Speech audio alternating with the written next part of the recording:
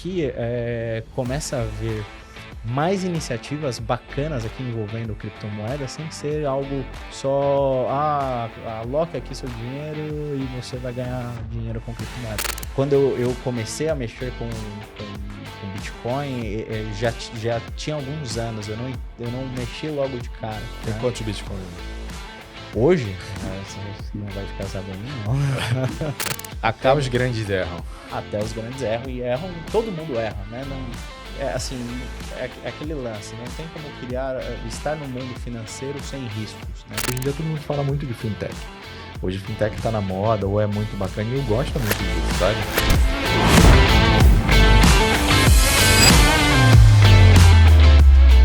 Olá pessoal, tudo bem? Quem fala aqui é Fernando Castro, CEO do Fintech Center e host do podcast Fintech Maker. O podcast que tem como maior objetivo contar histórias das fintechs brasileiras, dos bastidores, e podcast feito de maker para maker, contando sempre o que está por trás e embaixo do iceberg. Hoje eu tenho um convidado muito especial, Rafael Pires, que é CEO da Arariware, uma empresa que acelera e constrói fintechs e produtos financeiros. Ele tem mais de 17 anos de estrada, passagem pela Centro, FAS, Alelo, DOC, projetos como Itaú, Mercado Pago, CIA, Pay, Natura, entre outros.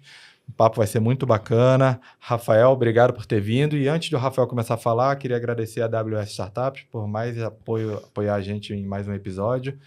Bora, Rafael. Muito bem-vindo.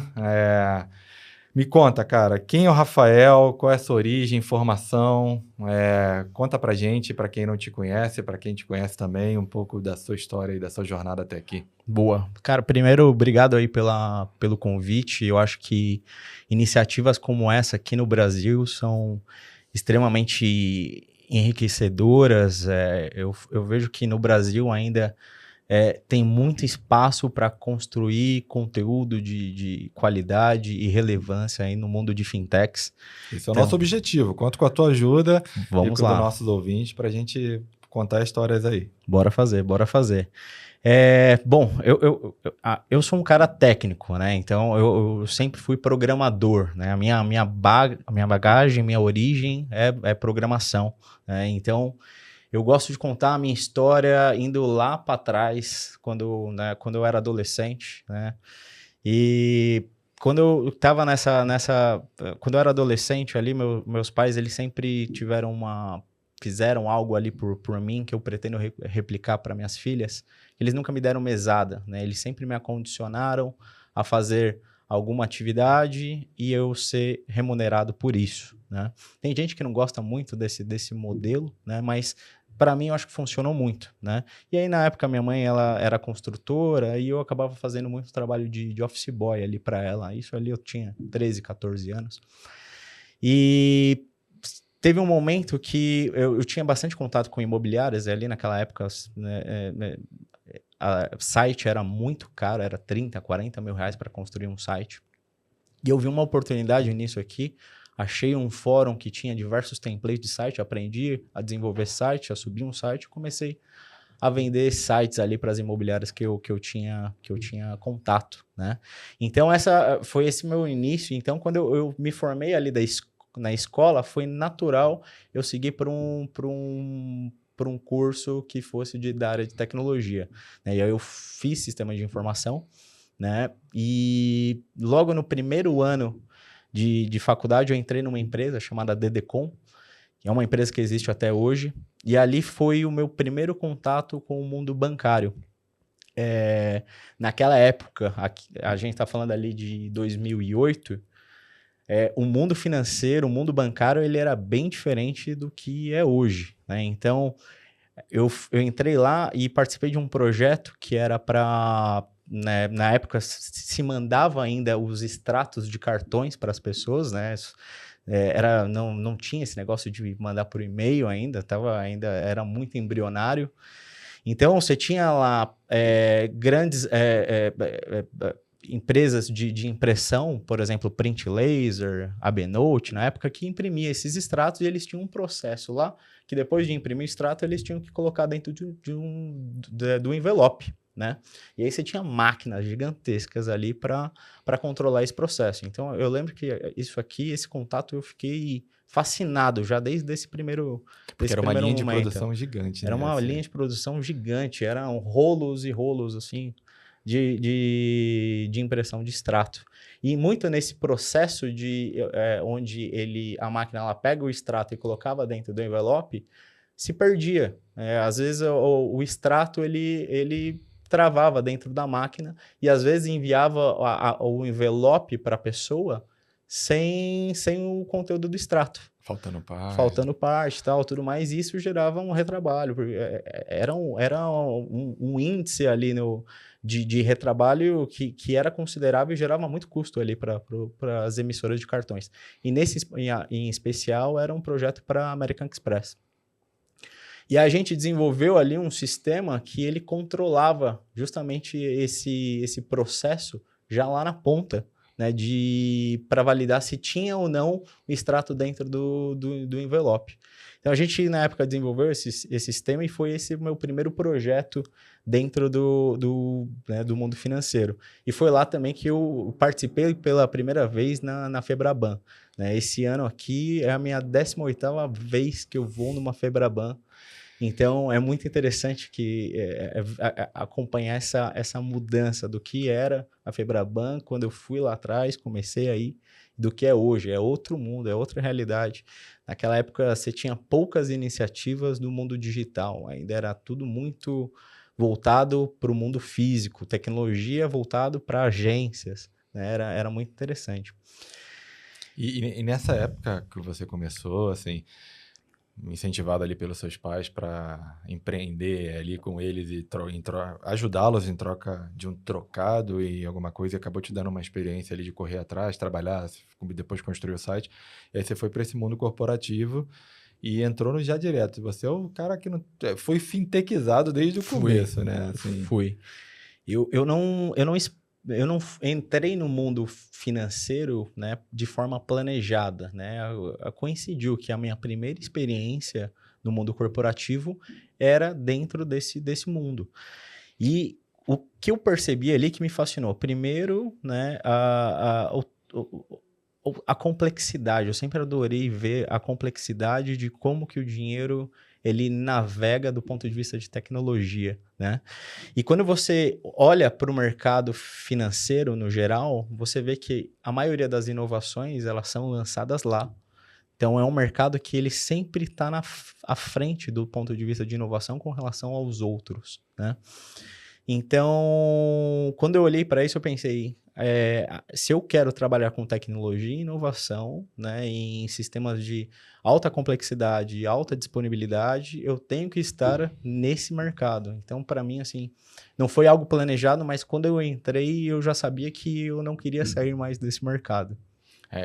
E você falou que você foi com 18 anos na Febraban, né? E eu lembro, eu não fui com 18 anos, mas eu fui numa Febrabans há bastante tempo atrás e era muito legal a gente ter muito contato com tecnologia nova, né? Hoje tá mais fácil de você acessar, de você ver, mas isso aí é de fato num evento desse tamanho para o que tem de novo, o que esse player vai trazer, o que vai acontecer, o que vai ter nesse showroom, era bacana, Tinha essa expectativa sobre alguns players, né? Principalmente, eu lembro, IBM, né? Sempre tinha uma áurea em torno do que a IBM vai trazer esse ano aqui para Febraban. Então, era interessante, era uma época interessante. Hoje é um pouco mais previsível, né, do que a gente vai ver. Então, mudou, né? É completamente outro mundo. Né?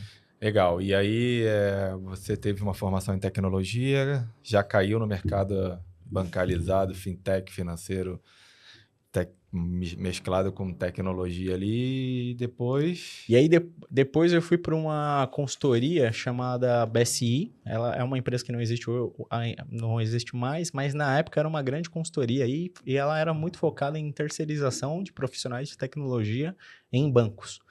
E aí eu entrei num projeto dentro do Itaú, logo depois que o Itaú comprou o Unibanco, então eu fui responsável ali pela pela migração de um dos sistemas lá do Unibanco para dentro do Itaú. E foi uma experiência muito interessante, porque nessa época tinha uma prática comum de algumas consultorias de pegar um cara que era júnior e vender como sênior. Eu fui um cara desses, né? Então eu era um menino, eu tinha 21 anos e me venderam como sênior para o Itaú, né? E aí, como sênior, eu estava na responsabilidade de uma migração de um sistema pesado ali, né? Que era um dos sistemas ali de venda das seguradoras, tal, tudo mais. Então, assim, foi dolorido, né? Assim, tem bastante experiência, tem algumas histórias aqui em cima disso, mas, cara, foi sensacional do ponto de vista de dar a cara a tapa, assumir a responsabilidade e entregar, né? Então, logo depois que eu saí da primeira empresa, eu entrei nessa do Itaú. E só que desde quando eu entrei no mundo de tecnologia, eu escutei o lance das grandes consultorias, das Big Four e tal, e né, quem trabalhava nessas empresas era o cara. Eu tinha esse sonho de atuar numa dessas grandes empresas, né? E aí, quando eu estava ali com 22, eu tive a oportunidade de ingressar na Accenture. E para mim, ali foi a principal escola do que eu sou hoje como profissional, né? Desde do ponto de vista de mindset consultivo, quanto do ponto de vista de liderança, né? Lá eu participei de alguns projetos muito interessantes. Então, desde de projetos dentro do Itaú, lá eu participei do projeto de construção do Internet Banking, da frente do caixa eletrônico, participei de um projeto do Santander, quando o Santander comprou a Aimoré, participei de um projeto do Banco Man. E a Accenture lá, ele tem um programa de mentor e mentorado, assim, que, na minha visão, funciona muito bem, né? É um programa que foi feito, de fato, para você elevar o profissional e criar uma trilha de conhecimento e colocar o cara a sair da zona de conforto, né? Então, eu lembro que, assim, até a minha vida até a Accenture, eu nunca tinha liderado e eu queria tocar meus projetos e, né, queria pôr o fone de ouvido e fazer acontecer. Na Accenture, eles já te colocavam desde cedo a prova para você liderar, para você ter mais responsabilidades, né? Então, isso aqui foi muito interessante. Além do mindset consultivo, que é não olhar só para o que você está trabalhando, né? Olhar de forma 360. Então, essa visão consultiva ela é presente na minha vida até hoje para eu analisar qualquer negócio, para eu analisar qualquer produto, para eu trazer um caminho e trazer os pontos certos para tomar uma decisão, vem muito dessa escola Accenture. Então, eu considero a Accenture muito mais uma escola do que a minha própria faculdade, né? Então, faculdade, naquela época, era algo muito raso, né? Você não conseguia sair... Tinha muita parte teórica, né? Era muito teórica, era muito raso, era muito genérico. Então, se você dependesse só o que você aprendia na faculdade para ir trabalhar, você seria um profissional incompleto, né? Então, a rua, né, o skin the game, você atuar é onde, de fato, você consegue aprender mais. Então, a Accenture ali, para mim, foi uma baita escola, né? Essa história de liderança, eu trabalhei também na CPM e a gente aprendi muito nessa questão de ecossistemas, né? Assim, a gente sempre vai ter um ecossistema abaixo da gente e um acima, né? Então, é mais ou menos assim, que eu vi, se o bairro funciona bem, a gente tem que garantir que aí dentro de casa vai funcionar bem e também na cidade vai funcionar bem. Então, a gente sempre protegia as áreas que estavam embaixo da gente, as áreas que estavam em cima da gente, porque isso gerava benefício para a gente. E hoje em dia eu fico vendo muitos negócios acontecem, o profissional que está ali trabalhando, a pessoa que está ali desenvolvendo, ela não olha como um todo para todo o resto. Ela está pensando muito na atividade dela ali, e isso é legal, entregar bem, focar bem, mas não adianta só dela sair bem, sabe? Se ela puder colaborar com o do lado, com o de cima e o ecossistema inteiro entregar melhor e funcionar melhor, e não só a nota dela ser 10, cara, isso é super melhor, sabe? É super mais produtivo. Sim. Então, eu aprendi isso lá na CPM, que a gente tinha a nossa sala técnica era transbordo de outras salas técnicas, e o nosso time, às vezes, transbordava para outras salas técnicas. Então, assim, a gente podia estar funcionando bem, mas se o nosso central do lado não estivesse funcionando bem, cara, o nosso resultado ia ser prejudicado e também ia ser melhorado se ele estivesse funcionando bem, a gente ia ter uma vida melhor. Então, trabalhar em consultoria, às vezes, grande, é bom por isso. Assim, não foi um período fácil, mas a forma que eles constroem a cultura, né, fica muito mais fácil você entender de fato o que é ser, né, como atuar com ownership, né? Então, a gente se preocupar com outras esferas tá relacionado com ownership, né? E a visão 360 para você conseguir desenvolver o olhar e ter consciência das outras esferas que estão ao seu redor e não olhar só para dentro da sua bolha, né? Porque não adianta nada, uma hora tua bolha vai estourar se o ecossistema não estiver bem. Perfeito. Você tem que olhar para todo lado tá bom, pode até estar alguma coisa ruim, aí você dá suporte, você apoia, todo mundo anda junto de mão dada, não adianta só um ou outro estarem bem. Sim, perfeito. Mas é legal, continua, conta mais. E aí, eu saí da Accenture, entrei no banco FIS, né, a Fidelity. Nessa época que eu entrei na Fidelity, quando eu saí da Accenture, eu queria entrar numa empresa que fosse mais financeira ainda, né? E a Fidelity, nessa época, ela era a principal processadora de cartões da América Latina. Foi a época ainda do Reginaldo Zero, né, final do Reginaldo Zero, um executivo exemplar, ele que trouxe a operação da American Express pro Brasil, né?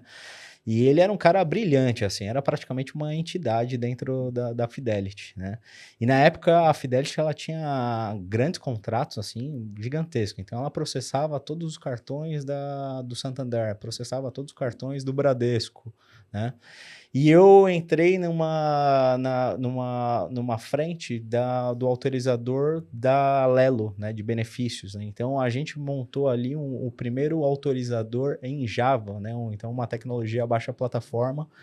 E num momento onde era difícil você ver tecnologias transacionais em baixa plataforma. Ainda era muito COBOL, né? E quando a gente pensava em transacional, era COBOL e tudo que era baixa plataforma, né? Java, C Sharp, era sistemas satélites do ecossistema. Então, ali a gente participava desse produto, desse autorizador, e era muito interessante, porque nessa fase, né, quando a gente estava almoçando, a gente já sabia quando tinha um problema. A gente estava almoçando, a gente via a fila aumentar, pode ter certeza que ali já tinha um problema na autorização, e logo na sequência a gente já era acionado, né? Você tinha quantos anos nessa época? Nessa época aí, 25. Imagina você com 25 anos, animado de repente para trocar essa tecnologia, para fazer isso acontecer, tendo ali contato com isso, porque sistema legado era um terror, eu trabalhei também com isso. E um monte de galera da antiga olhando com desespero e com isso. Sim. Foi um movimento bacana. Eu também trabalhei em alguns projetos que precisou matar um cara grande para criar um outro mais ágil e tudo mais. Foi interessante. E aí, muitas vezes você mexe com a cultura, né? Então, você tem aqueles caras mais antigos, com tecnologia mais antiga, que aí você tem que ou entrar num processo de convencimento do cara que ele precisa se reinventar, inovar e aprender novas coisas, né? Então, assim, são situações um pouco sensíveis, né? De você conseguir fazer essa disruptura tecnológica, né? Hoje em dia é muito mais fácil, eu acho que as barreiras são menores, mas antigamente, como tudo era, né, codado, linha, tudo, qualquer movimento ou mudança de rota tecnológica, assim, eram projetos gigantescos, né? Então, envolvia muitas coisas. E nesse período de Fidelity aí foi muito bacana. E, assim, eu aprendi muito do ponto de vista de cuidar de um sistema de alta disponibilidade transacional, assim, sabe? Foi bem legal. Não, pode continuar. Boa. Aí, eu sempre tive esse desejo de empreender, né? Então, em paralelo com a minha carreira, eu sempre tentei algumas iniciativas, né, de tecnologia. E aí eu tinha montado um CRM, né, com uma... Eu tava com um norte e apareceu um primeiro cliente que era uma rede de franquias. Eu direcionei esse CRM para ser focado em processo de expansão de franquias. E ele tinha uma peculiaridade na época que era fazer o pagamento dos comissionamentos via criptomoeda, né? Então, assim, o meu primeiro contato direto com criptomoeda tinha sido em 2016, né? Curiosamente, quando eu comecei a mexer com Bitcoin, já tinha alguns anos, eu não mexi logo de cara, Tem né? quantos Bitcoin hoje? Hoje, não vai ficar sabendo, não. Perigoso, informação perigosa. Afirmação perigosa.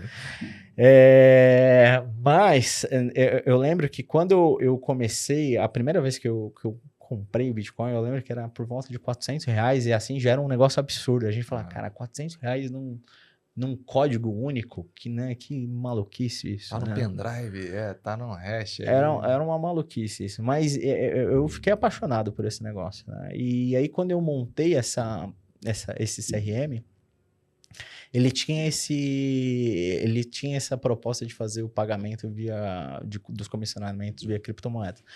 E o que eu achava uma ideia muito bacana, mas hoje eu sei que ela não funcionou por causa do timing, né? Então, o mercado não estava nesse timing. Ainda, a criptomoeda era um negócio ainda muito obscuro, muito distante, assim, sabe?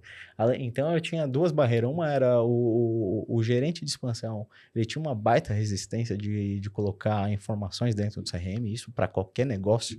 A gente vê essa resistência aí da área comercial de informar, sistematizar informações. E aí tinha essa barreira também, a gente enfrentou muito essa barreira aí dos pagamentos via criptomoedas. Então, essa startup, ela não deu certo. Eu saí da Fidelity para tocar essa startup, e essa startup que ela acabou não evoluindo. E aí, quando eu resolvi voltar para o mercado, ainda sofri um acidente de moto, né? Fiquei 6 meses meio parado, mas eu aprendi demais aí nesse período aí, tanto do ponto de vista mental, espiritual, foi muito louco. Empreender no Brasil é um desafio, né? Para mim é um aprendizado, eu já empreendi diversas vezes, ainda empreendo, mas é um desafio. Acho que, na verdade, vou te ser bem honesto, acho que todo mundo empreende hoje em dia. Seja como CLT, seja de um jeito informal, seja... A gente está pegando a nossa hora e vendendo para alguém ali para executar Sim. alguma coisa de uma forma, enfim, pagando mais imposto, pagando menos imposto, fazendo de uma certa forma. Então, eu acho que todo mundo empreende indiretamente ou diretamente. Mas quando a gente fala de abrir um CNPJ, fomentar a economia, gerar um negócio, é desafiador, porque a gente não se prepara do jeito, principalmente no começo, a gente não se prepara do jeito que tem que ser preparado e a gente acha que vai ser mais fácil. E no seu caso, assim como no meu também, eu vim de uma carreira que já tinha tido algum sucesso, eu estava acostumado a só fazer uma parte. Empreender, você sai da área técnica, vai para a marketing, aí precisa ter marketing financeiro, jurídico, contabilidade e um monte de Sim. área que a gente não se preparou para isso. E aí, no fim do dia, a gente aprende. Erra, mas aprende. E aqui no Brasil ainda estamos tentando valorizar quem empreende e dá errado, mas geralmente o cara sai muito machucado do outro lado, sai com dívida, sai com X nas costas. E deveria sair ao contrário. Porra, ele botou a grana, ele acreditou, ele gerou, fomentou, fez um monte de coisa, mas eu acho que é momento. Daqui a pouco a gente está valorizando e trazendo mais disso. Você falou de muita coisa positiva do ecossistema corporativo e tudo mais, mas o que foi desafiador para você? O que você encarou de problema dentro das grandes corporações, das Big Corp, dos lugares que você trabalhou, que hoje você empreendendo, você vê como uma oportunidade de fazer melhor?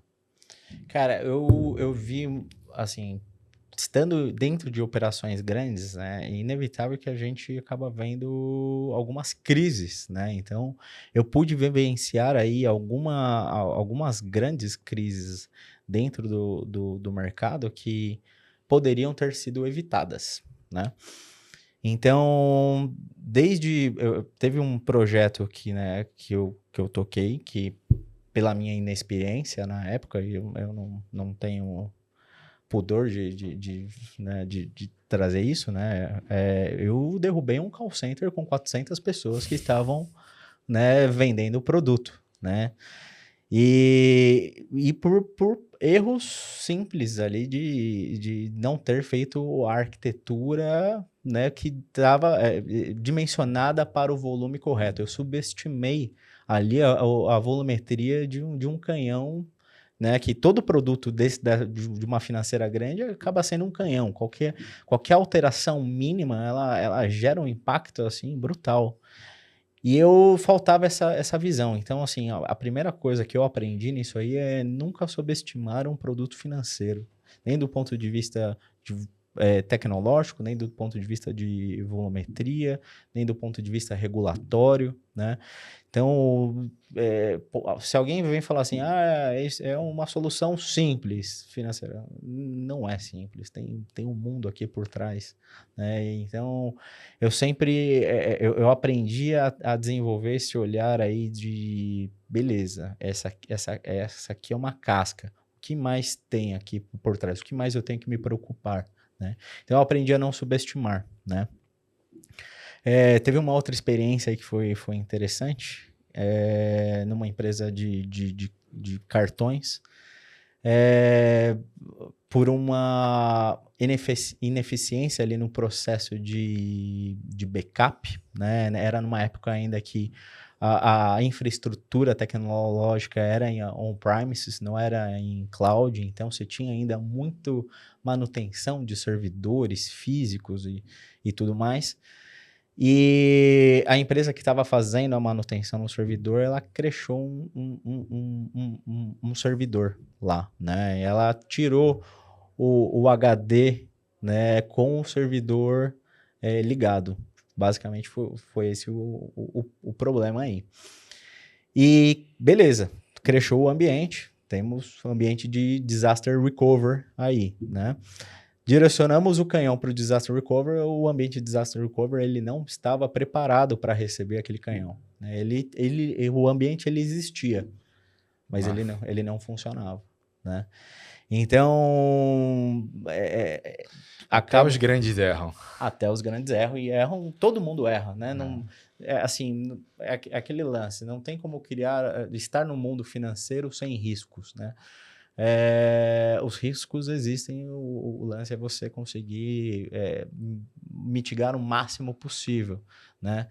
E aqui foi um exemplo claro aí de falta desse planejamento e execução de mitigação dos riscos, sabe?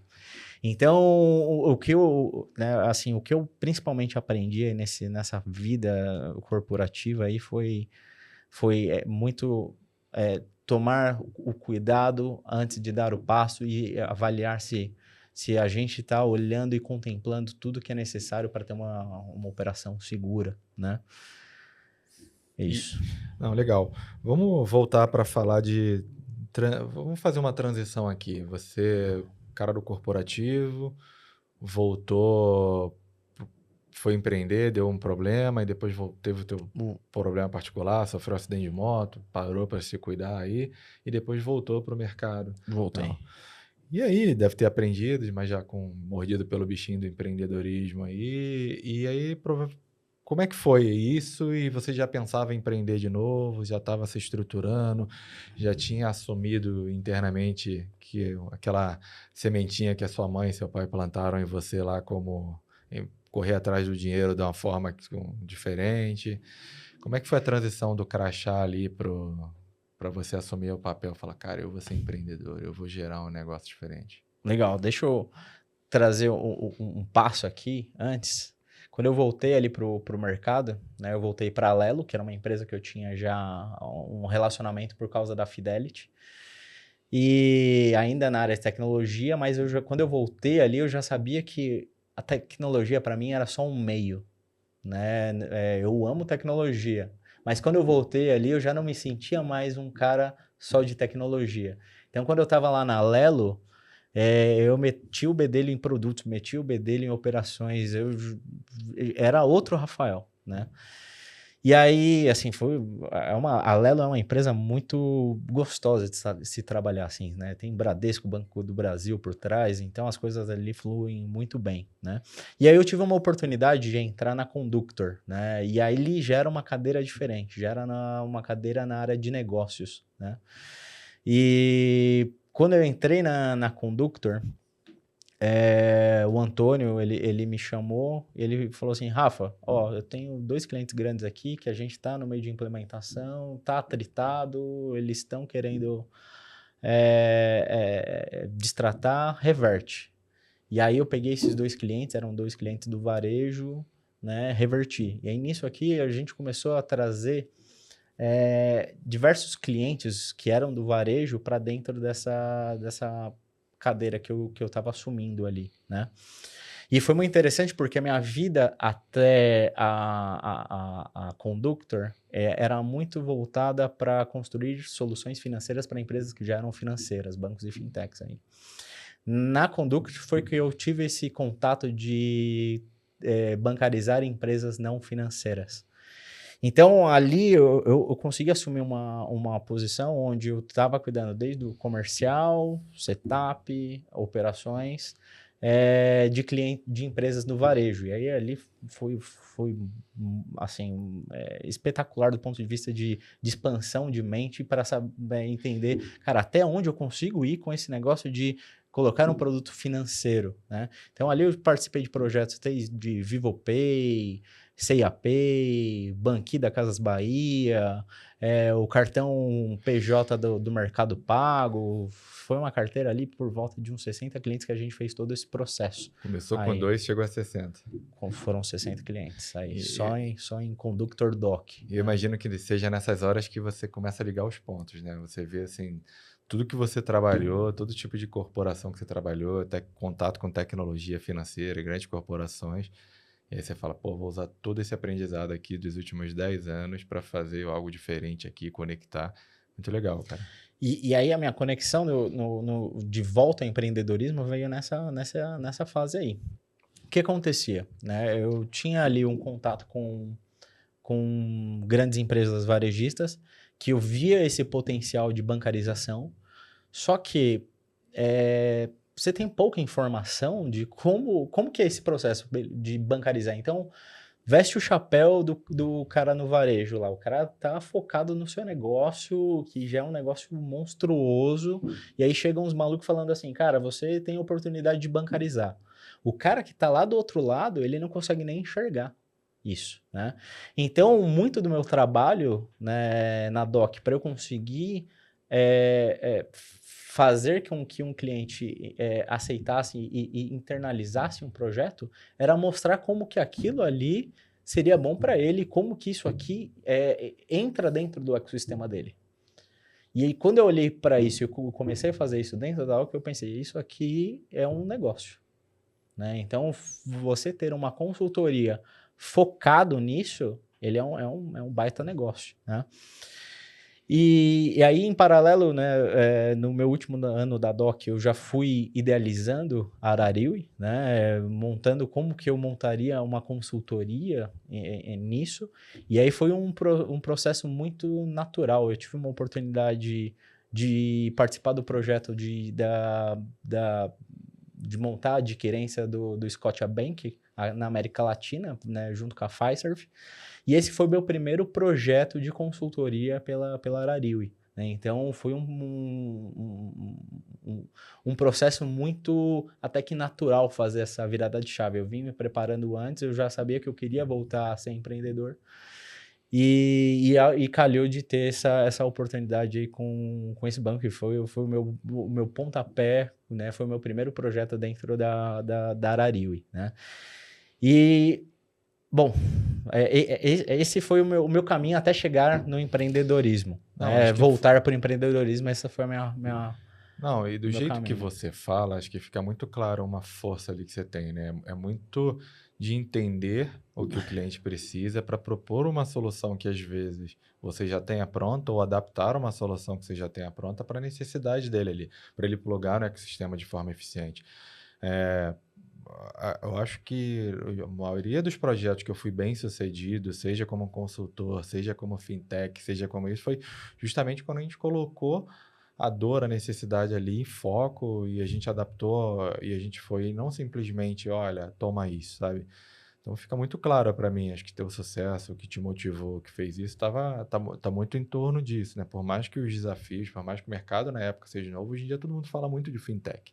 Hoje fintech está na moda, ou é muito bacana, e eu gosto muito disso, sabe? Sim. Eu acho que é importante a gente deixar a fintech em exposição, apoiar a fintech, novas fintechs, criar conteúdos como esse, como outros que eu tenho visto aí. Porque antes era muito limitado. Imagina, você ter as decisões e os poderes e as informações que você teve para empreender, você passou 15 anos, 10 anos mergulhado num ecossistema. Hoje a gente consegue conectar de uma forma mais eficiente, tem treinamento, tem curso, tem associação, tem outros players que conectam e facilitam. Legal, cara.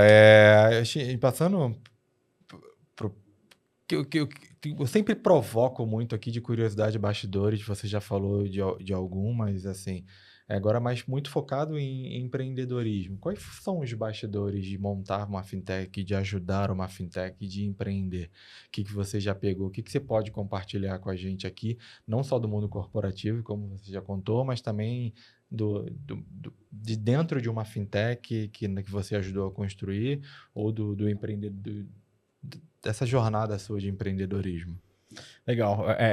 Eu acho que começa com a intenção do empresário, né? Eu sempre quando eu estou avaliando um projeto ou uma iniciativa de negócio, eu também estou olhando ali para o empresário para entender onde ele quer chegar, né? Então, por exemplo, quando chega um empresário falando assim, cara, eu quero montar um concorrente do Nubank, eu já trago ele para uma realidade, mostrando assim, cara, não é tão fácil assim, né? Precisa analisar esse contexto aí do Nubank. Então, quando alguém vem com ideias muito generalistas, cara, eu quero atacar o Brasil inteiro, todas as classes, com produtos que são commodity e competir com os grandes bancos. A chance dessa ideia não ter sucesso, tem alta probabilidade, né? Então, o que eu vejo hoje é muito forte é você ter iniciativas direcionadas, né, com foco ou num nicho específico, num ecossistema específico, numa indústria específica. E não existe produtos de prateleira que vão atender 100% a necessidade, essas necessidades. Eu sempre falo que essas oportunidades que eu considero que são as mais palpáveis para uma fintech explorar, ela é um Lego, né? Então, a gente vai pegar uma peça de um provedor aqui, outra peça de outro provedor aqui, outra peça de outro provedor aqui, e a gente vai compor um Lego aqui para esse ecossistema. Então, quando a gente está analisando aqui uma possibilidade, eu analiso, esse cara ele tem um ecossistema formado, aqui onde é possível explorar produtos financeiros, e como que eu vou compor esse Lego aqui para atender todo esse mundo aqui que eu estou enxergando. E assim, a gente tem alguns ecossistemas que a gente já construiu, assim, que eles são nichados, mas de alto valor, né? Com TPVs gigantescos. Então a gente vê aí desde mercado de energia eólica, movimenta muito dinheiro aqui, né? Então você tem alguns nichos aí que são bem interessantes. Outra coisa que eu vejo muito o empreendedor fazendo, e vai de encontro com o que eu falei um pouco antes, é subestimar, né?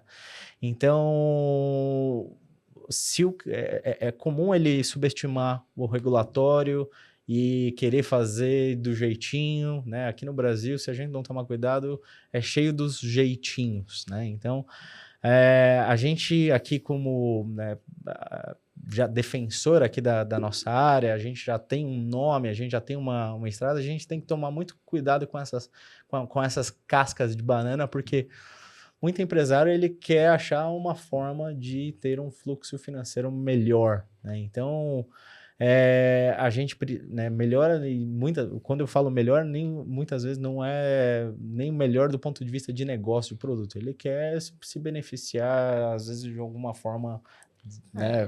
Cara, todo obscura, negócio tem né? esse tipo de coisa. Como todo negócio, né?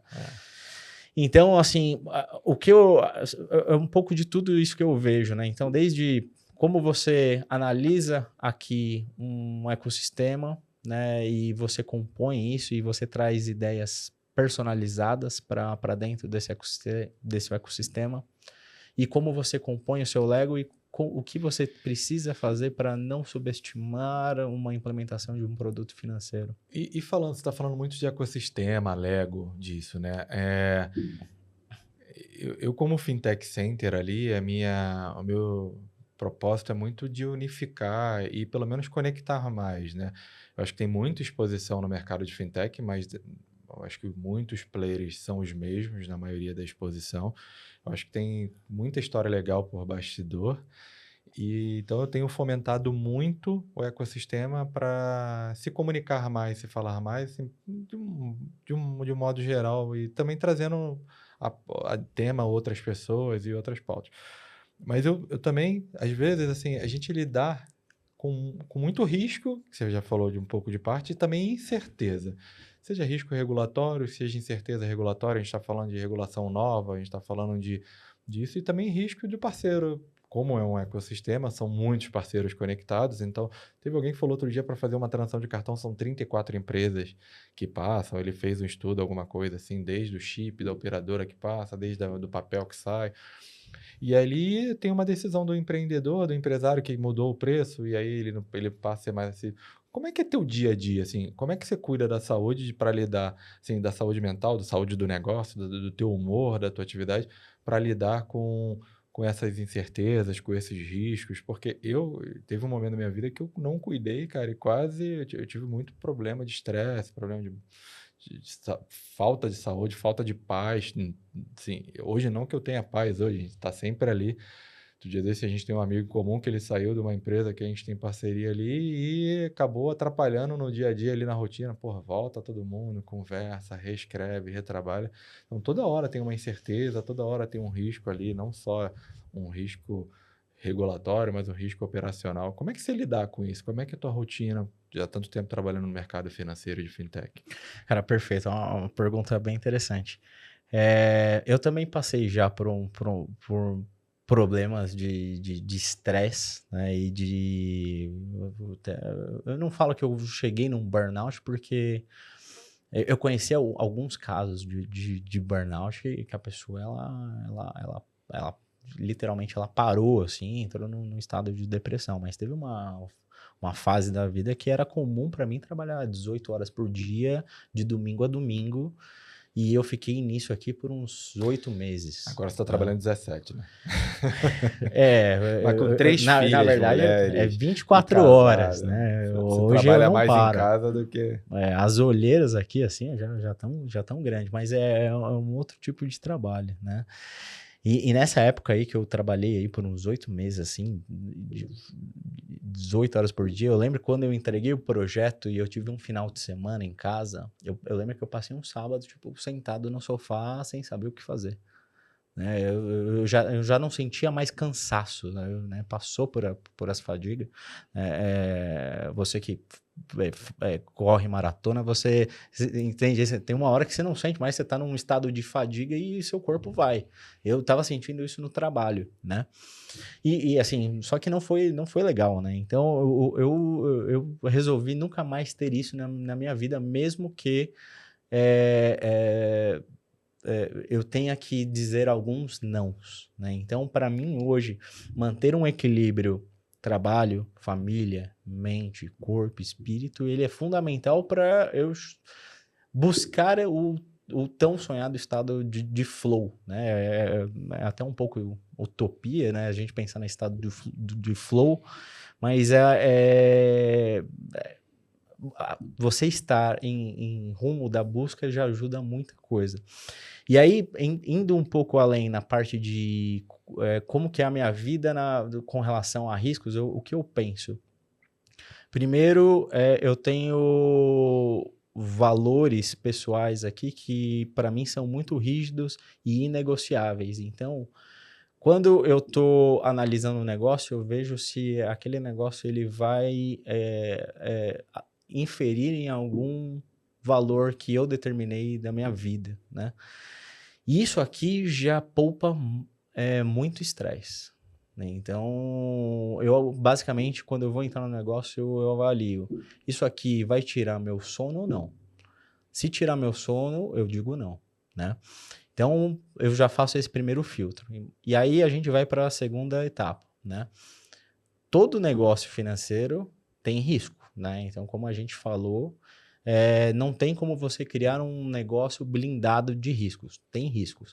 O lance é você ter consciência, o máximo de consciência possível de todos os riscos possíveis. E aí, por eu já estar no mercado já há um tempo, eu já tenho uma visão bem ampla aí sobre riscos e já tenho uma visão de como mitigar. Então, para todo projeto que eu assumo, eu monto esse mapa de risco, já monto um mapa de como mitigar e executo.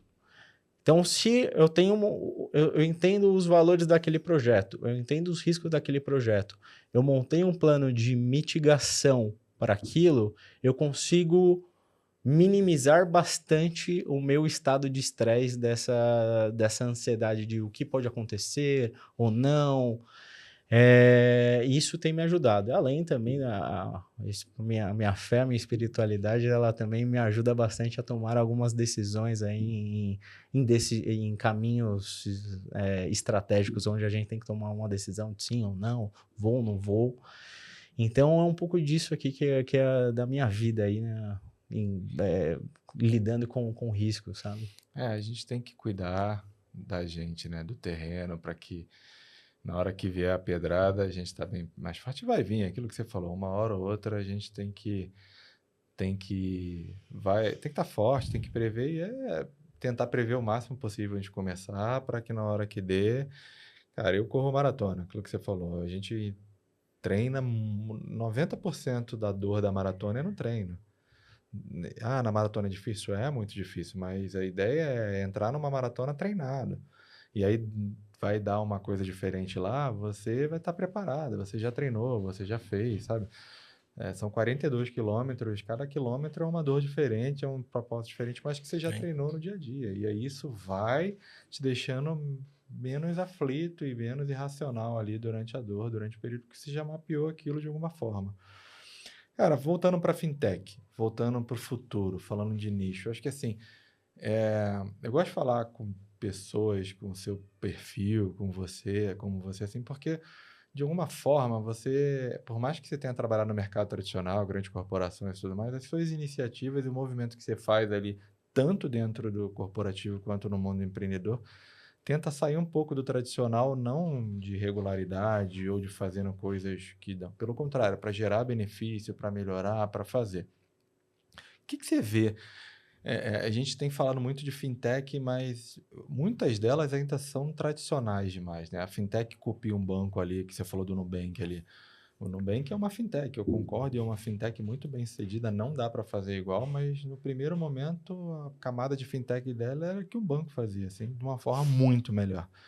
Mas olhando para as fintechs de nicho, olhando para o futuro do nosso mercado, e tal, o que você vê de legal aí para ver? O que você está apostando que vai dar certo? Legal.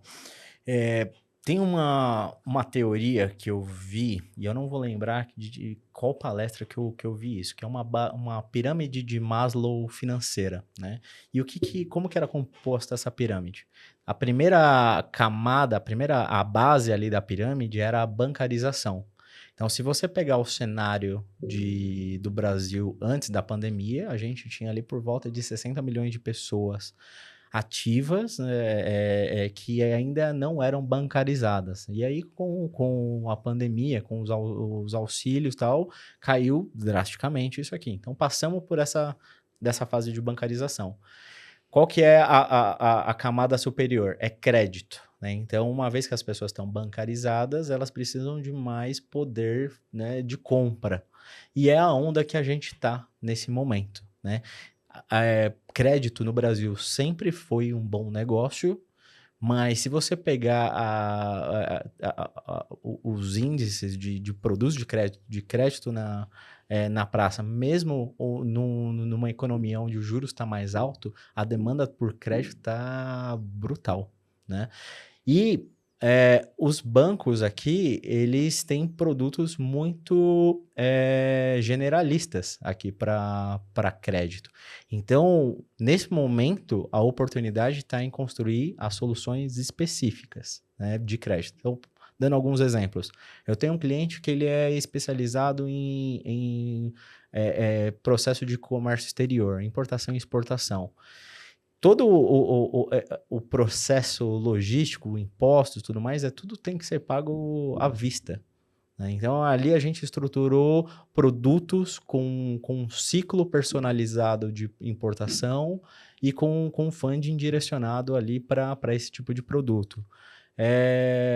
Se a gente vai no agro, também tem cenários específicos aqui dentro do agro.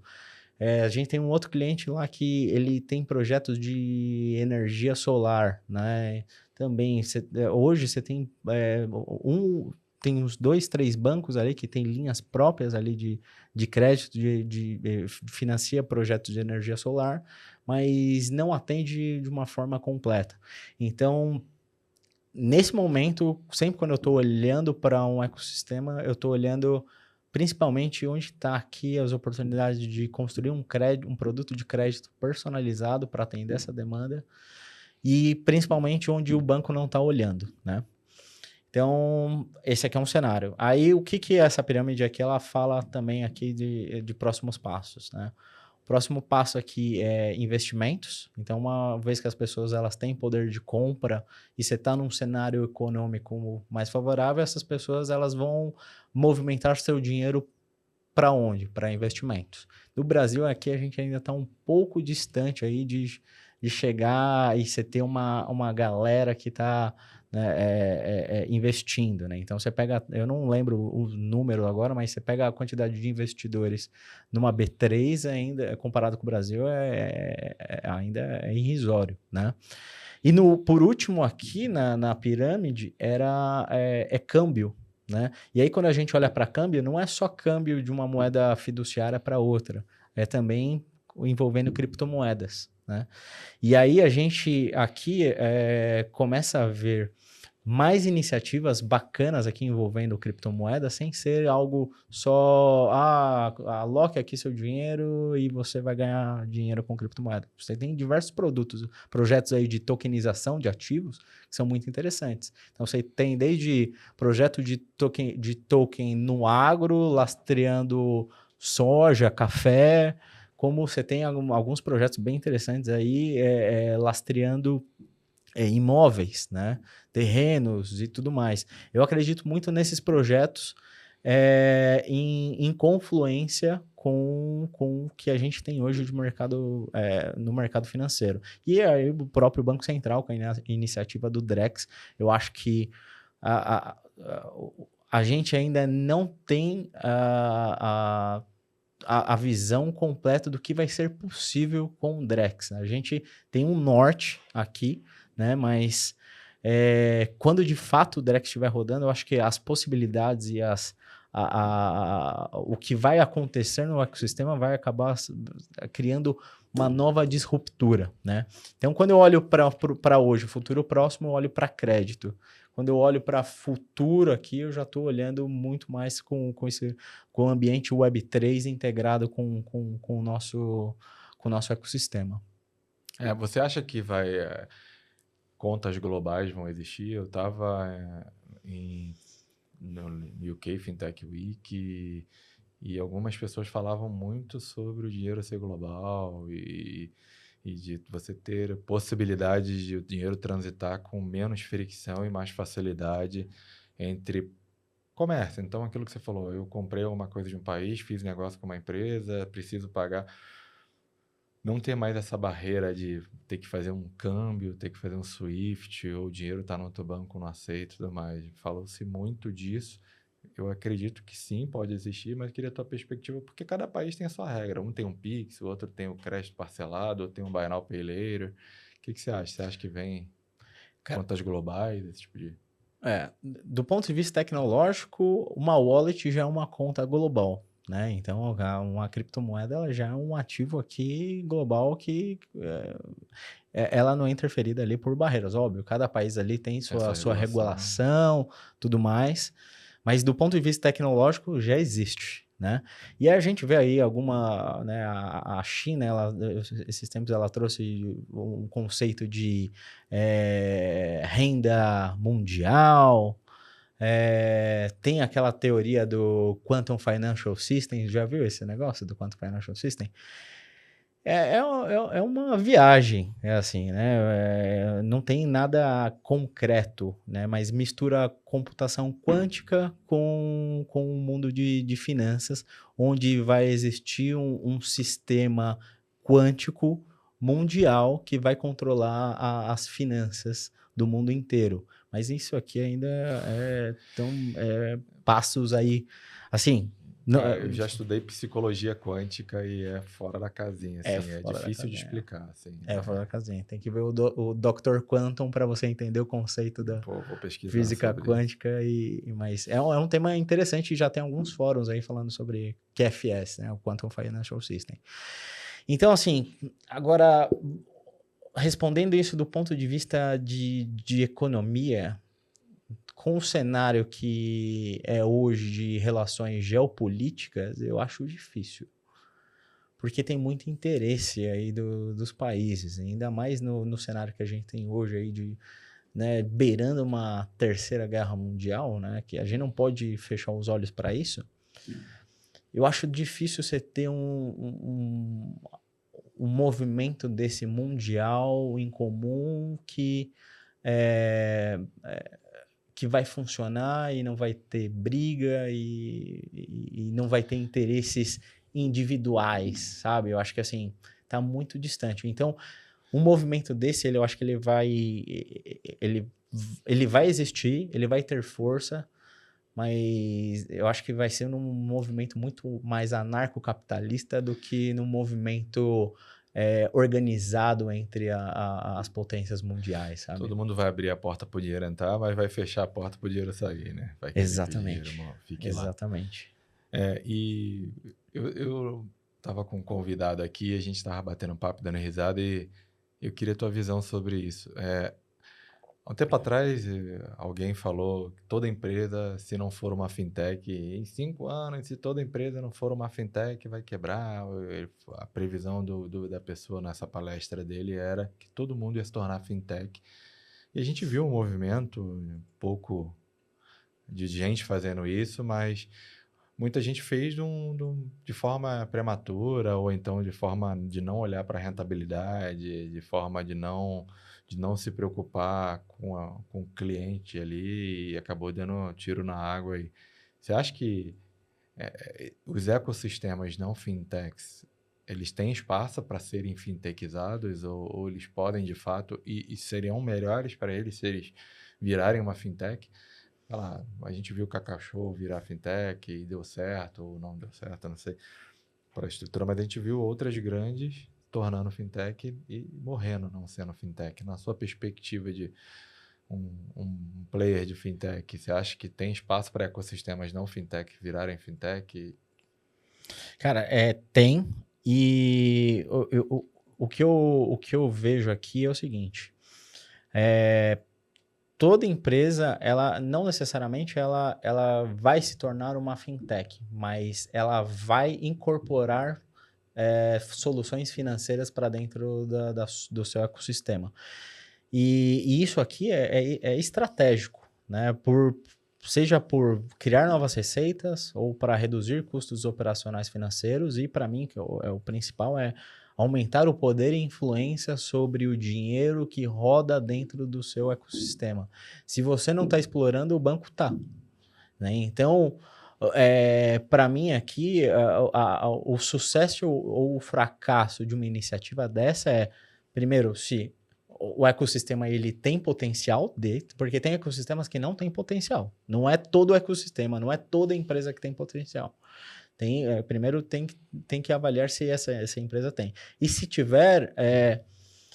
Quando a gente olha para dentro do ecossistema, a gente consegue listar aqui N possibilidades, N caminhos aqui de trazer soluções financeiras. Mas o que é o mato alto? Onde que está as principais oportunidades que devem ser priorizadas para que tenha êxito? Né? Então, sem citar exemplos aqui, tem vários ecossistemas que eu conheço que têm um baita potencial, né, de gerar rentabilidade, mas priorizou soluções erradas, priorizou outros caminhos de soluções, e aí tem N motivadores, né? Então, de uma forma bem resumida, assim, depende.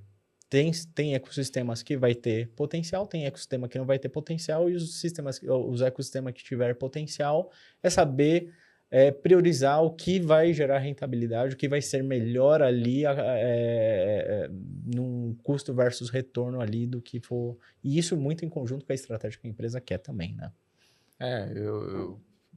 Eu acho que é isso, é olhar para a dor ali, olhar para ver se é eficiência o problema, se não é, se é só custo, se é só...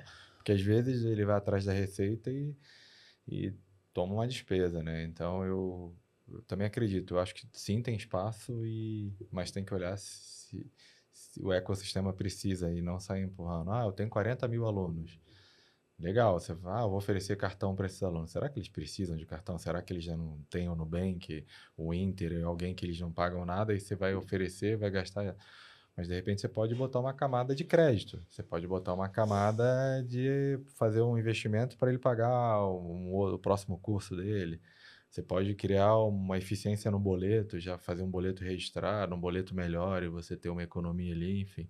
Tem produtos financeiros que dá para falar. Fala sobre a sua iniciativa atual. Hoje você é CEO e dono, fundador, não sei se tem sócio ou não, gostaria que você batesse um papo e explicasse para a gente da Arariway. Legal. Que nome é esse, cara? Conta que história é. Vamos começar pelo nome. Eu acho que eu já falei umas 10 versões dele. Qual é a versão original e por quê? Legal. É normal, assim. Todo mundo tem uma dificuldade aí de falar o nome. Acaba sendo até meio que um trava-língua. Arariwa é um termo Yanomami, né? Significa espírito da arara, né? Por isso que o símbolo é uma arara.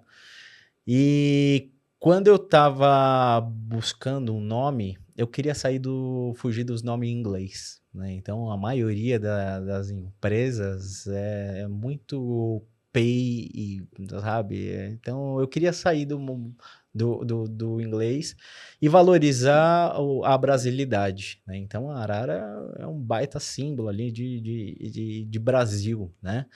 E quando a gente olha do ponto de vista de inovação tecnológica financeira, o Brasil ele está muito à frente de muito país, inclusive dos Estados Unidos, né? Então, quando a gente pega aqui o que a gente tem desenvolvido de tecnologia, principalmente de segurança, é muito mais evoluído que os Estados Unidos. Por exemplo, o BIT 55 foi uma inovação nossa. Enquanto a gente já tinha chip aqui rodando com cartão já há um tempo, até pouco tempo atrás, os Estados Unidos a maioria era cartão de tarja, Sim. né?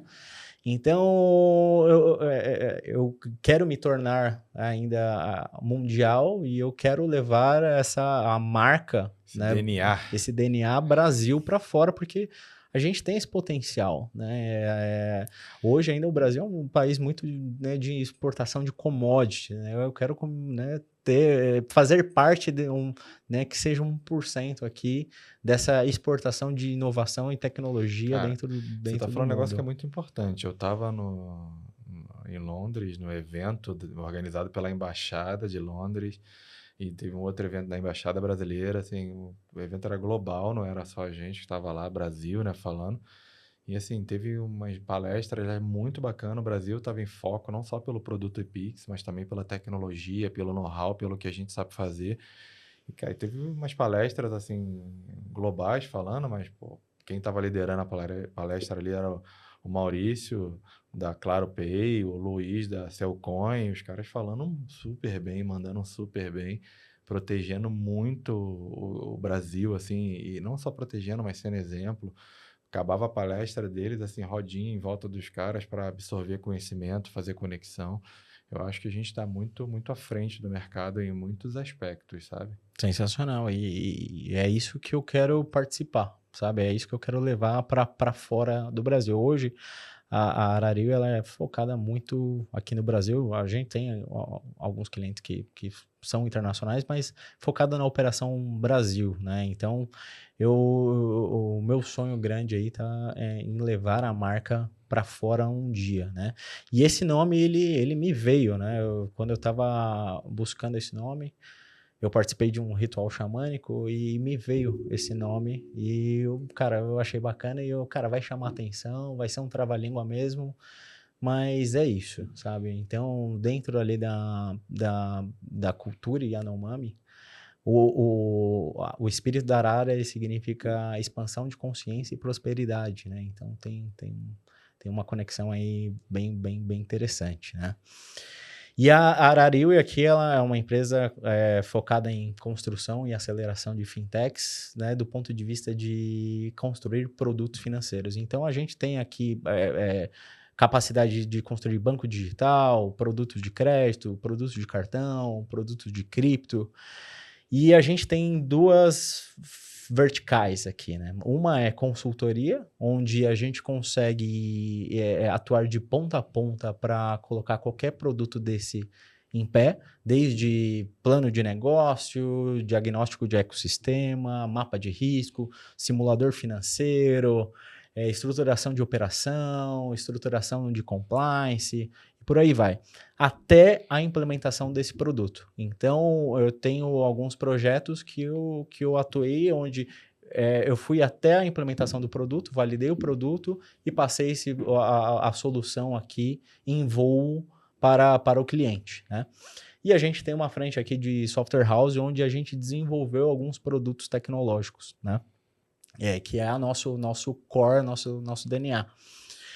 A gente desenvolveu uma tecnologia de gateway de pagamentos que é focada em alta volumetria transacional, plugada aí em diversos provedores financeiros, aí, tanto para Pix quanto para transações bandeiradas, meio de pagamento no geral.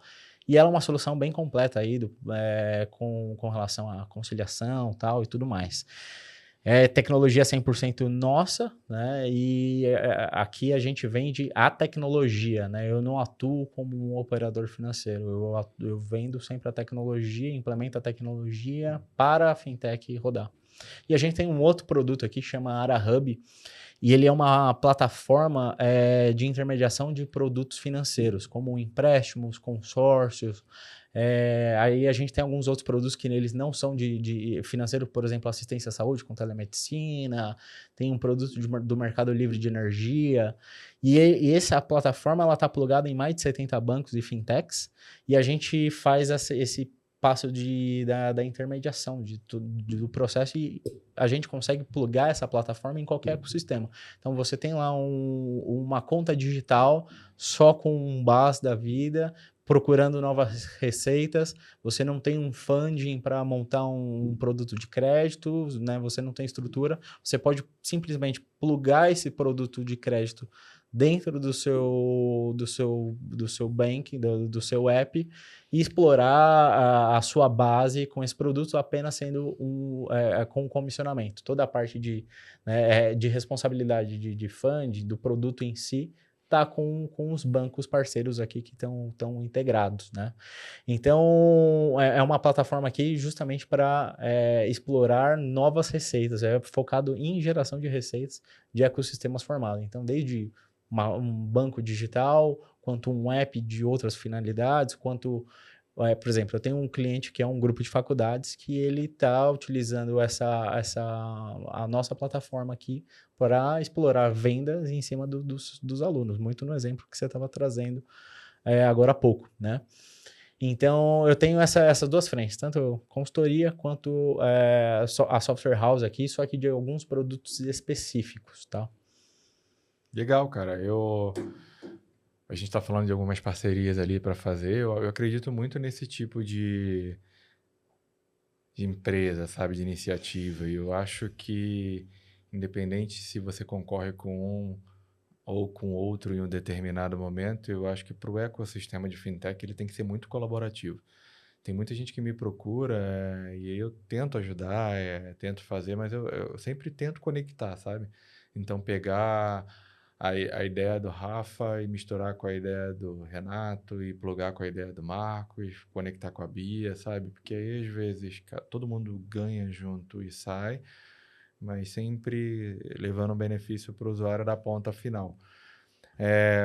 Cara, o papo tá bom, a gente está chegando aqui nos finalmente e eu queria, mais de uma certa forma, aberto aqui, até com viés de curiosidade, a gente se conheceu ali num grupo, eu acho que a gente já tinha se falado de alguma forma ali no mercado. Eu vi muita iniciativa sua ali de querer conectar o grupo, falando, acho que foi do Web Summit ou alguma coisa assim. E eu sinto que o nosso ecossistema, às vezes, falta espaço para quem está entrando, e não só um espaço para o cara entrar e trocar e o outro sair, mas um espaço para entrar e ter o nosso papel. Como que aquilo que você falou logo no começo, né? Pô, a minha experiência na Century muito positiva, que eu guardei até hoje, foi o mentor e o mentorado, esse tipo de coisa. Eu acho que é importante o papel de caras como você, como eu, e até gente mais experiente que a gente, mas também dar espaço para quem está entrando, seja pedir conselho para a gente, ou seja, apoiar a gente, ou seja, sei lá, fazer o que a gente está fazendo de uma forma diferente com viés novo. E eu vi um pouco disso ali nas interações que a gente teve ali no grupo, a gente até trocou ideias sobre outras coisas. O que você acha disso? Você faz isso intencional, né? Você faz isso pensado ou é um movimento natural teu? O que você acha disso? Como é que você... Porque eu tive uma barreira antes de tirar o Fintech Center e o Fintech e o podcast Fintech Maker do papel e inicial, eu tinha muito essa, pô, tiro isso, vai ser legal, não vai ser legal. E aí depois que eu tirei, muita gente me procurou, falou, pô, tá legal, bacana isso, continua fazendo, apoia aqui, tem gente que me apoia e tudo mais. Até uma pergunta aqui que eu vou te fazer daqui a pouco é sobre isso. Mas me conta um pouco sobre o ecossistema, sobre o que você vem vendo e vem fazendo, intencionalmente ou não, ou é uma ação sua? O que você tem observado, o que você tem feito para fazer em cima disso que eu te falei? Cara, é muito interessante porque o mercado, ele é bem consolidado, só que ele ainda é muito pequeno, né? Então, é muito comum, obrigado, é muito comum você trombar com as mesmas caras, com as mesmas pessoas, né? E de fato, tem essa dificuldade de novos entrantes ingressarem nesse mercado e beleza, e aí, o que está acontecendo? Para onde eu vou? O que é possível? E quais são as empresas que estão nesse ecossistema, além dos grandes bancos? Né? Então, iniciativas como a sua são extremamente relevantes justamente para trazer essa visão, essa informação. Então, eu acabei montando um grupo, né, que hoje ali deve estar com umas 350 pessoas ali do mercado de bancos e fintechs, a partir do primeiro Web Summit que teve aqui no Brasil, foi em 2023, acho que foi 2023. E aí, quando eu tava lá, eu vi que tinha uma galera que eu conhecia que tava lá perambulando lá no evento. Eu falei, pô, cara, só de gente aqui de fintechs, se juntar aqui, dá para começar a organizar algumas coisas. Então, a gente... Você chegou aí no Web Summit? Você foi esse ano? Fui em 2023, esse ano 2023? Ah, legal. E aí a gente começou ali eu montei esse grupo, comecei a divulgar ali para a galera que eu sabia que estava no Web Summit e comecei a jogar nos grupos também oficiais do Web Summit, quem era do mercado para entrar no grupo. E, cara, foi muito interessante ali a aderência disso. Então, assim, foi a primeiro momento de uma forma, né, intencional ali de reunir a galera que estava ali num evento que não era com foco de fintech, mas eu sabia que tinha um monte de gente de fintechs ali. E o negócio ele foi pegando corpo e ganhando uma escala aí de forma bem interessante, né? E ali, nesse grupo, a minha intenção é justamente ir conectando as pessoas, as oportunidades, porque todo mundo tem uma oportunidade. A gente mesmo aqui, antes do podcast, né, você trouxe aqui uma situação. Então, todo mundo que a gente vai falando tem alguma situação que dá para conectar. E aí, muitas vezes, eu não tenho nenhuma interação direta aqui, Araril, sobre uma determinada oportunidade, mas você tem aqui um ponto, eu conheço aqui outra empresa que dá para conectar e fazer, e a gente conecta e tudo, e a gente, né, consegue fazer as coisas acontecerem dessa forma. Então, o grupo, ele tem esse caminho hoje, né, mas eu vejo que, assim, tem muito espaço e muita oportunidade ainda de reunir galera, de trazer informação, criar conteúdo. A gente vê aí algumas outras iniciativas aí indo nesse caminho também, por exemplo, a FinScale da Letícia. Então acho que assim, dá para trabalhar muita coisa ainda. E assim, o que eu fiz ali nesse grupo, eu acho que é apenas uma sementinha. Pretendo transformar isso numa comunidade mais ativa, mais forte aí. Eu tenho algumas referências aí que eu busco, mas ainda estamos indo passo a passo, né, e avaliando como que vai ser essa jornada. Eu escutei, assim, eu fico vendo, eu sou muito plural, assim, eu gosto, às vezes eu até perco tempo demais falando com muitas pessoas, mas eu sempre tenho muito retorno, então eu gosto. E eu fico vendo, não sei se é um mecanismo de proteção, eu escutei outro dia desse que, tem muita fintech que não é fintech, parecia um pouco de discurso de ódio, sabe? A fintech não é fintech, fintech não pode, fintech é isso, fintech é aquilo. E eu acho que é o contrário, eu acho que a gente tem que conectar e transformar e melhorar mais o ecossistema de fintech. Não é fintech por quê? Eu perguntei para a pessoa falou, porque ela não é regulada pelo Banco Central. Eu falei, mas isso é uma regra? Não, mas ela tem que ser regulada. Eu falei, ela tem que estar operando de forma regulada. Por exemplo, usando uma licença de um parceiro, ou usando uma tecnologia de um outro parceiro, ela não pode fazer besteiras ou operar de forma ilegal. Mas ela não necessariamente precisa de uma licença do Banco Central para ser uma fintech. E eu acho que até um gap hoje. Hoje a gente oficialmente, algum relatório de uma empresa dessa da vida falou que a gente tem 2.000 fintechs, mas eu conheço um player que ele fornece serviço para fintech, ele tem 7.000 clientes. Então a gente está falando aqui, e esses clientes oferecem um produto dele para outras empresas. Então acho que a ideia do Fintech Center e a minha ideia é de conectar pessoas como você para que a gente amadureça. Acho que é um mercado que está nascendo ainda, sabe? Tem 10 anos, já está muita gente, mas é o que recebe mais investimento, é o que tem muito early adopter. Por exemplo, o Pix. Cara, o Pix, o Banco Central fez muito bem em lançar e a gente está fazendo o contactless. Porra, todo mundo agora só paga com contactless, sabe? Assim, tecnologia é muito boa para o nosso negócio. Então, tecnologia para o nosso ecossistema. Tecnologia financeira, então, é melhor ainda. Então, eu gosto muito quando a gente senta, quando a gente fala um para o outro das suas ideias e tenta tirar isso do papel e tenta melhorar a rotina para ficar cada vez melhor, porque, de fato, a gente tira muito coelho da cartola, conversando, batendo. Eu te convidando, já convidei um monte de gente aqui, e a gente está fazendo uma imersão de tecnologia e inovação para o Vale do Silício em novembro. A ideia é passar uma semana no Vale do Silício, visitar polos, e é muito mais para aprender e compartilhar ali no dia a dia, não é para a gente vender o nosso produto, mas para trocar. Sim. E o Vale do Silício é muito isso. É um ecossistema de pessoas, de inovação, a gente enxerga muito qual é a dor que a gente vai resolver, de que forma a gente vai tratar, de que isso. Então, a minha ideia é de levar essas fintechs para o Vale do Silício e da gente passar uma semana junto, trocando experiência, tendo contato com a fonte ali, que é o Vale do Silício, é muito mais para a gente olhar para a gente também e voltar para falar, caramba, isso aqui dá para melhorar, isso aqui dá para conectar, esse player para fazer. E eu já fui mais de 20 vezes para o Vale, cada vez que eu vou eu aprendo mais, e assim, é muito rico, muito inovador fazer. Cara, primeiro, sensacional a ideia, me me atualiza aí sobre essa iniciativa aí, que eu tenho Com interesse, certeza, cara. tenho interesse de ir. A gente só tá fechando a data e mais ou menos o roteiro. Vou colocar teu nome na lista e assim, Sensacional. quem quiser participar, só me dá um toque.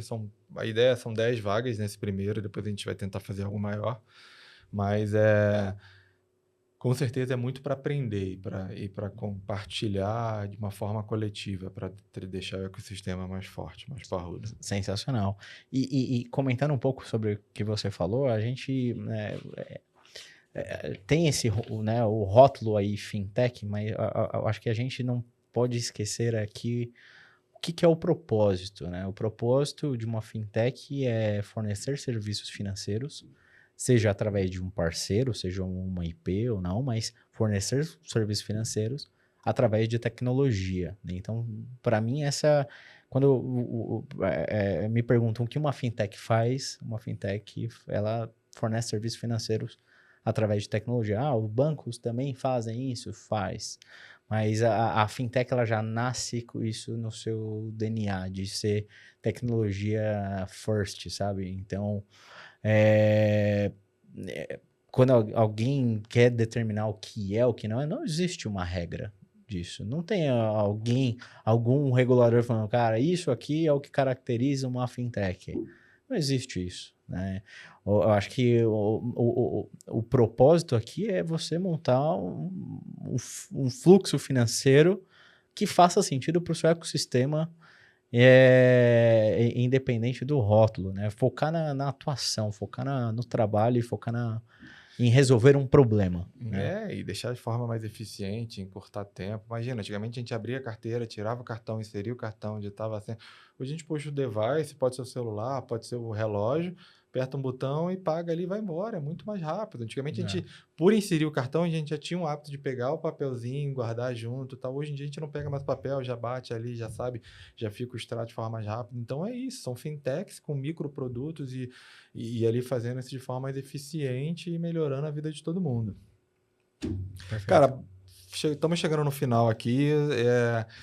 Eu tenho 2 perguntas para te fazer. A primeira é assim, quem que você gostaria que tivesse aqui para bater esse papo que você bateu com a gente aqui, para compartilhar a história, para eu contar, para os nossos ouvintes ouvirem, que merece estar aqui, que de repente eu não falei ainda. Tem algum nome que você indicaria para estar aqui? Alguém que você gostaria? Cara, tem alguns caras muito bons aí no mercado. São makers de fintech, não necessariamente só empreendedor, mas também que tenha trabalhado na construção de outras fintechs e tenha aprendido muito com isso. Ó, eu falaria o Gouveia, que foi um CEO da Lelo e foi CEO na Cielo. Hoje ele é conselheiro em diversas startups e em algumas dessas empresas aí são financeiras e é um cara assim incrível, sabe? Cabeça e com certeza aqui você vai extrair muitas coisas interessantes aqui. Então ele é um nome, o primeiro nome assim que me vem à cabeça hoje assim que eu acho que pode ser interessante. Não, legal. Já me falaram do Gouveia. Vou mandar mensagem para ele, bater um papo com ele. É um cara sensacional, assim, é uma energia incrível, assim, as coisas que eu vi ele fazendo, tanto na Lelo quanto na Cielo, foi muito bacana. Eu acho que vai ser um podcast muito interessante. Maravilha. Sim, E a pergunta final é uma pergunta que eu tenho feito para os últimos convidados e tenho tido perguntas muito provocativas, é que eu converso com a inteligência artificial, falo que vou te entrevistar aqui, falo que vou bater um papo com você e peço para ela, compartilho com ela teu LinkedIn, teu currículo, e ela conhece já o histórico do podcast, para te fazer uma pergunta. Falo, eu vou fazer um monte de pergunta para ele, vou bater um papo, mas e você? Qual pergunta que você quer fazer para ele? E ela botou uma aqui que eu achei bacaníssima, cara. Ela falou, pergunta para o Rafael qual o conselho que ele nunca recebeu. Aí ela escreveu assim, Rafael, qual foi o conselho que você mais precisou na sua jornada, mas ninguém te deu e que você daria para quem está começando hoje? Excelente pergunta. Muito bacana, né? Muito bacana, muito bacana. Nossa, eu tenho medo de fazer essa pergunta para mim. Qual conselho eu não recebi que eu gostaria de ter recebido? E você daria hoje para uma outra pessoa?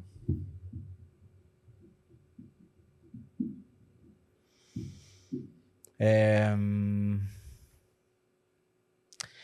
quando é muito quando no mundo corporativo de grandes empresas é muito comum quando se vai pensar numa solução financeira de pensar da forma mais completa possível. Então é muito comum em bancos você ter aqueles projetos de 1, 2 anos, sabe? E você pensar em todas as variáveis possíveis, tal, tudo mais. E quando eu comecei a empreender, eu ainda estava com esse pensamento, sabe? Cara, eu preciso pensar em tudo, né? Da forma mais completa possível. E em algumas iniciativas, eu acabei perdendo o timing da iniciativa justamente porque eu estava ainda preso nessa da idealização e na arquitetura como um todo, né? O que eu aprendi, ninguém, né, veio falar isso, né? Mesmo que hoje a gente vê bastante gente, MVP e tal, tudo mais. Isso aqui veio um pouco depois aí desse movimento, né? Então eu aprendi meio que na raça ali que mesmo sendo um ambiente complexo financeiro, existem formas de você construir passo a passo. Então você tem lá né, seja um ecossistema, seja uma iniciativa, pensa de fato aqui como que você vai iniciar, como que é o MVP dessa iniciativa, sendo seguro, sendo eficiente e mais validando minimamente possível antes de você ingressar, né? Então, esse é um aprendizado que eu não tive nas grandes empresas, né? As grandes empresas sempre era um caminho muito o mais completo possível, porque você tinha muito budget, então era sempre tudo muito grandioso. Então, pensar de forma mais enxuta, né? Se amparando aqui das pontas, para mim, eu acho que acho que é um caminho essencial aí para a construção de projetos e tudo mais. Então, hoje eu sempre olho esse passo a passo. Eu gosto muito de usar vamos construir uma solução tijolo a tijolo, né? Maravilha, cara. Eu concordo contigo. Eu acho que adoraria ter recebido esse seu conselho quando eu comecei a minha jornada em vários aspectos da minha vida. Assim, tem hora que é bom a gente se preparar pra caramba, mapear tudo, mas tem hora que é melhor a gente iniciar, ser simples e Assumir assumir riscos. riscos ali, até para ter tato, né? Sim. Até para saber onde a gente está pisando e tudo mais. Rafa, mensagem final para o pessoal? Para alguém que você quer, para sua família, para quem te apoiou até aqui, para quem está começando a empreender com fintech, para quem quer entrar nesse mercado, o que você falaria aí? E também para sua família, enfim. Cara, perfeito. Aqui eu acho que primeiro a gratidão pela minha esposa aqui, pela minha família que me acompanham nessa jornada e são o meu combustível de construir, de conquistar. Então, tudo que eu faço é pensando nelas, né? Eu tenho uma esposa e 3 filhas, né? Então, é, a minha vida aqui é pensando em família, né? E também um agradecimento especial ao meu time aí, que a gente vem construindo vários projetos interessantes aí, e cada pessoa ali dentro do time tem um papel fundamental, são pessoas especiais ali que eu levo, né, a gente ali nosso time ainda é um time muito enxuto, né, a gente somos ali por volta de 15 pessoas, e só que como a gente tem esse DNA muito forte do enxuto, então ali a gente não tem muito eu só programo, eu só tô no financeiro.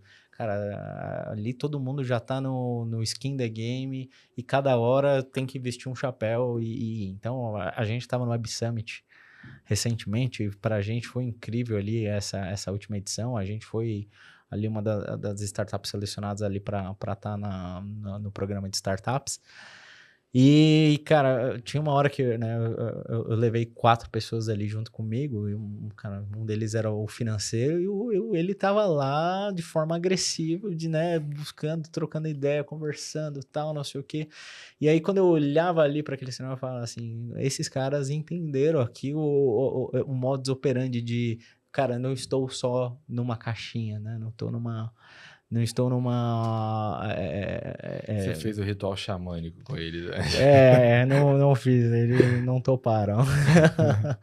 Mas, cara, assim, o que é, se a Arariu, ela é o que é hoje por causa do time aqui que a gente construiu, pelas pessoas que estão nela, assim, né? Então, o meu sócio mesmo, a gente já, né, acho que ao todo aí a 7ª iniciativa que a gente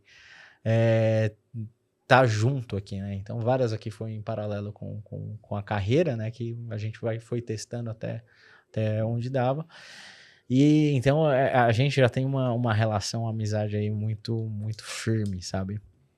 E para quem tá iniciando, né, no mundo de fintechs, o meu conselho é se abastecer de informações, né? Mesmo a gente sabendo que é difícil buscar informação, mas hoje, com IA, a gente consegue já se municiar e ter um cenário muito mais aderente aí, e diferente para você conseguir iniciar uma fintech e tal. Né? É óbvio que se você pergunta de uma forma genérica para uma IA, ela vai te responder de uma forma genérica, né? Mas você se municiar o máximo possível antes de você criar uma iniciativa de uma fintech vai te poupar de muitas dores de cabeça, né? Então, como qualquer outro negócio, né, também, né? Mas em fintech especial são muitas variáveis, são ambientes regulatórios e tal, tudo mais.